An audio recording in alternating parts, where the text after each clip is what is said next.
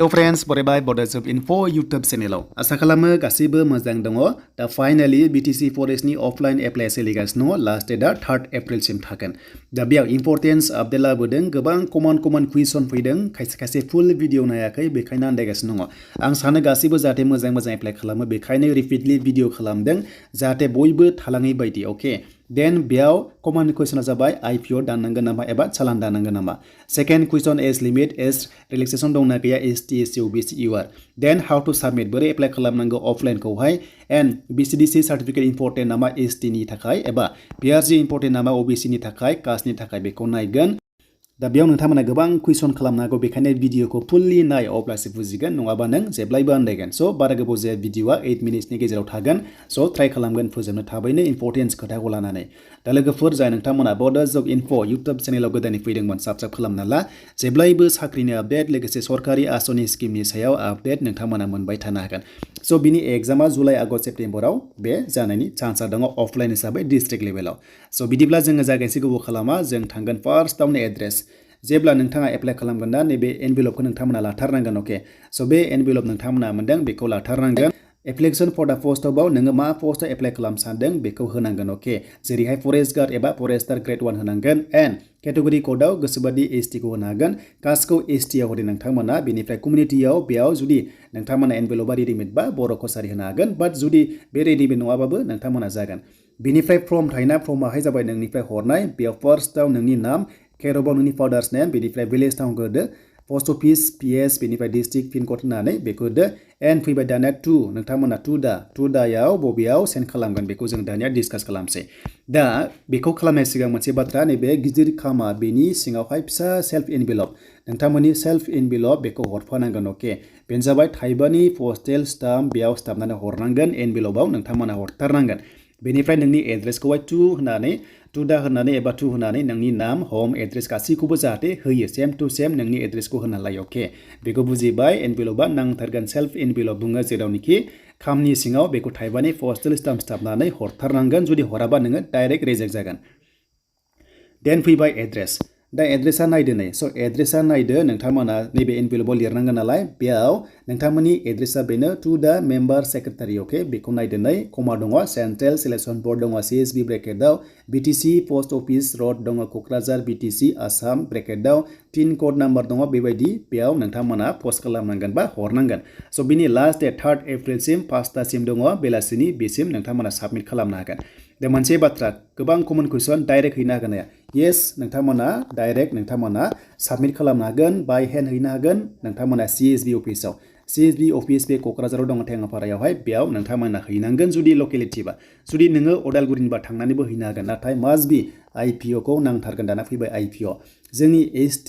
okay SC फ्रा मा नांगोन 100 पेमेन्टखौ दाननांगोन IPO दाननांगोन दा IPO दानाबा मोनसे अपसन दङ चालानखौ नोंथांमोना दाननो हागोन नाथाय चालान दानोबा जुदि नोंथाङा चालान दानोबा ना जुदि नोंथाङा चालान दानोबा बे जाबाय नोंथांमोना 100 खौ दाननांगोन जोंनि ST आ बेनिफ्राय OBC फ्रा जाहैबाय 150 जेनेरेल ओके जोंनि ST आ जाहैबाय जोंहा माने 100 बेखौहाय अनलि क'क्राझार ट्रेजारि अफिसाव बेखौहाय फर्मखौ लादो ओके लानानै बेखौहाय नोंथांमोना SBI क'क्राझारावहाय बेखौहाय दाननांगोन पेमेन्टखौ खालामनांगोन स' नोंथांमोना पेमेन्ट खालामनांगोन ओके बेनो जाबाय दा जोंहा खस्थ' जायो नालाय चालान दाननायाव बेखायनो बेस्ट अपसना मा जोंहा IPO खौ दाननो हायो ओके आरो बेखौ बहा दानगोन लकेल पोस्ट अफिसावनो मोनो गासैबो एक्सेप्ट जायो जायखिजाया पोस्ट अफिसाव बेखौ दाननो हायो एन्ड बेनिफ्राय बे IPO खौ नोंथांमोना बे सेल्फ एनभेलपआ नोंथांमोननि एप्लिकेसन फर्मावहाय बेजों सिथाबनानै नोंथांमोना हरफानांगोन दा IPO खौ बोरै लिरगोन बेनो जाबाय नोंथांमोननिया जे नोंथांमोना मोनदोंना पे टु बिदि अपसन मोनगोन जानांगौ ओके बिदि मोनोबा नोंथांमोना बेयाव मेम्बार सेक्रेटारि ओके बेनिफ्राय CSB बेनिफ्राय क'क्राझार नोंथांमोना बेखौहाय होनांगोन ओके नोंथांमोना बेखौ जाहाथे मोजाङै नायो एन्ड बेनिफ्राय नोंथांमोना पोस्ट अफिसा जाहैबाय एट दा पोस्ट अफिसा जाबाय क'क्राझार माने क'क्राझार पोस्ट अफिसाव हरगोन नालाय बेखौ नोंथांमोना माने बेखौहाय पोस्ट अफिसा जोंनिया क'क्राझाराव हरगोन नालाय बेखायनो क'क्राझारखौ लिरथारनांगोन एन्ड बेनिफ्राय सेन्डार नोंथांमोननि मेल एबा नोंथांमोना सेन्डार माने सेन्ड खालामग्रा जेनाखि सेन्डार नोंथांमोननि एड्रेसा बेनो जाबाय नोंनि फार्स्टआव नोंनि नाम ओके बिदि नाम होनानै बेयाव नोंनि नाम हमना ला Bodo जब इनफो हमना ला ओके बिदि होबाय देन बेनिफ्राय नोंथांनि आरोबाव सेकेन्डआ जाबाय गामि भिलेजखौ नोंथांमोना होदो नोंनि भिलेजखौ होदो बेनिफ्राय पोस्ट अफिस होदो बेनिफ्राय PS होदो बेनिफ्राय डिस्ट्रिक्ट होदो एन्ड बेनिफ्राय पिन होदो नोंथांमोना पिन क'डखौ होदो बेयाव नोंथांमोना होनांगोन देन फैबाय जोंनि एमाउन्टआ जाबाय जोंनि ST आ बेनो जाबाय 100 गुबुन कास्टआ जाहैबाय 150 ओके बे जाबाय आदार्सआ एबा OBC फ्रा स' बिनिफ्राय बैसो दा बैसो होनोबा जोंनि नर्मेल बैसोआ 18 निफ्राय 25 इयार्ससिम ओके बाट जोंनि ST SC आ जोंहा प्लस 5 इयार्स मोनो अब्ला जोंहा जायो 30 इयार्स ओके 30 इयार्स बेनिफ्राय OBC फ्रा जाबाय 28 इयार्स OBC फ्रा बेनिफ्राय UR आ जाबाय 25 इयार्ससिम बे पोस्टआव हागोन इलिजिबल जागोन स' बेनिफ्राय नोंथांमोननि बैसोआ जाहाथे मोजां गोरोबबा नोंथांमोना एप्लाइ खालामदो दानिया फर्म साबमिटआ बोरै खालामनांगौ मिथिखाबाय अब्लाबो जों खनसे रिपिटलि जों नायगोन फर्मआ बोरै जोङो फिलआप खालामनांगौ दा लास्टआव बे जाबाय फर्म दा पोस्ट एप्लाइ फर नोंथांमोना बबे पोस्टआव एप्लाइ खालाम सानदों बेयाव फरेस्टार ग्रेड 1 बो होजागोन जुदि फरेस्टार ग्रेड 1 खालामोबा आरो जुदि नोंथांमोना गार्डआव खालामबा फरेस्ट गार्ड बेयाव लिरदो सेकेन्ड अपसन बेयाव फरेस्ट डिपार्टमेन्ट देन थार्डआव नोंनि नाम ब्लक लेटारजों सार्टिफिकेटआव जेरै दं बेखौ होदो बेयाव नोंनि फट' ओके बेनिफ्राय ओरैहाय क्रस नोंनि साइन थानांगोन बेयाव गांसे फट'खौ नोंथांमोना स्टाम्पना हरनांगोन टटेल गांनै 2 कपिस फट' हरनांगोन देन नेक्स्टआव फैबाय फादार्स नेम एबा हासबेन्ड नेम एन्ड 5 6 आव नोंनि एड्रेसखौ होदो प्रेजेन्ट एन्ड पार्मानेन्ट एन्ड बेनिफ्राय डेट अफ बार्थ होबाय 7 नाम्बाराव एन्ड कमिउनिटियाव बर' नोंथांमोना होदो मेरिड आनमेरिड स्टेटासखौ नायदो 8 नाम्बाराव सेक्सआव मेल फिमेल एन्ड कास्टखौ ST होदो दा फैबाय नोंथांमोना PRC नांगौ नामा स' PRC नांगौ नामा एबा डोमिसाइल नांगौ नामा एबा नोंथांमोना मा नांगौ नामा एबा VCDC नांगौ नामा जायनाखि OBC एबा जेनेरेल ओके UR बिथांमोना कम्पालसरि BTC सार्टिफिकेट एबा टाउन कमिटिनिफ्राय लाना फैनांगोन जे बिथांमोना बेनि रेसिडेन्स होनानै एबा BTC रेसिडेन्स होनानै मोनसे प्रुफ नांगोन बाट जोंनि ST बर'फ्रा जोंहा मिथिखायो बे जाबाय जोंहा बिनि थागिबिखा बेखायनो मोनसेल' अपसन जे BTC जानांगौ नालाय अब्ला जोंहा डिस्ट्रिक्टआव मिथिखायो बेखायनो सबसे मोजांसिना जाबाय जोंनि कास्ट सार्टिफिकेट ST कास्ट सार्टिफिकेटआ बेयाव जोंनि गासैबो डिटेल्सआ थाखाजोबो प्लास जुदि एमप्लयमेन्ट एक्सचेन्ज दंबा बेबो जागोन आरो जुदि आधार कार्ड दंबा आधार कार्डआबो जागोन आरो जुदि नोंथाङा गोनो गोथो जाथारोबा BCDC निफ्राय लानो हायो ओके एन्ड नोंथांमोना बेखौ गोनो गोथो मोनोबा बाट थांनाय बाराव JAA बेनिफ्राय स्टेन'आवहाय नोंथांमोना कास्ट सार्टिफिकेटआनो जादोंमोन जेराव PRC होलायाखैमोन जुदि नोंना PRC दंबाथ' मोजां नाथाय जोंहा मानिखायो जे एक्सेप्ट जाखागोन ST सार्टिफिकेटआनो जोंना जेरावबो सोलिगोन जे नोंथाङा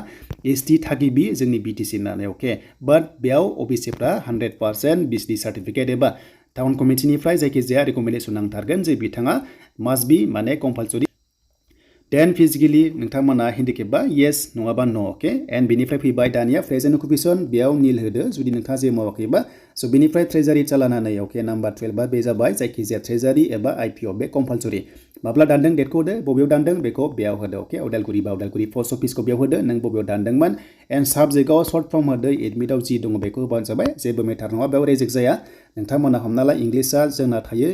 हमना ला बिदि थाबाय HS लेभेलाव बेखौ जाहाथे होयो एन्ड बेनिफ्राय बर्डआव थाबाय सेबा एसए गुवाहाटी इउनिभार्सिटि डिब्रुगड़ बड'लेण्ड पार्सेन्टखौ होदो इयार अफ पासिंखौ होदो बेनिफ्राय डिभिजनखौ होदो बेयाव केन्डिडेट नामखौ बाव होदो बेनिफ्राय साइनखौ बाव होदो नोङो बेनिफ्राय मबाइल नाम्बारखौ होदो ओके बेनिफ्राय नोंथांमोना गासैबो डकुमेन्ट्सआव सेल्फ एटेस्टेड होनांगोन दा सिरियालि होबानो जाबाय बेयाव बुंखादों फार्स्टनि अपसनाव एज सार्टिफिकेटआव HSLC नि एडमिट कार्ड एबा बार्थ सार्टिफिकेट बेनो जागोन स' बेनिफ्राय कास्टखौ होदो BTC रेजिडेन्सखौ होदो प्रुफखौहाय बेनिफ्राय क्वालिफिकेसनखौ होदो ट्रेजारि बा IPO खौ होदो बेनिफ्राय पासपर्ट फट'स गांनैखौ होदो बेनिफ्राय पस्टेल स्टाम्पखौ नोंथांमोना सेल्फ एनभेलपआवहाय थाइबानि स्टाम्पना हरफाथारनांगोन सिङावहाय खामनि सिङाव होमबासो एक्सेप्ट जागोन नोंनाव जाहाथे कल बेक फैगोन एबा एडमिट कार्ड फैगोन स' बेनोमोन दिनैनि थाखाय माखासे लेटेस्ट आपडेट आसा खालामो गासैबो बुजिबाय एन्ड कमेन्ट्स लाइक शेयार आरो जायफ्रा चेनेलखौ दा साबस्क्राइब खालामनानै लानो हागोन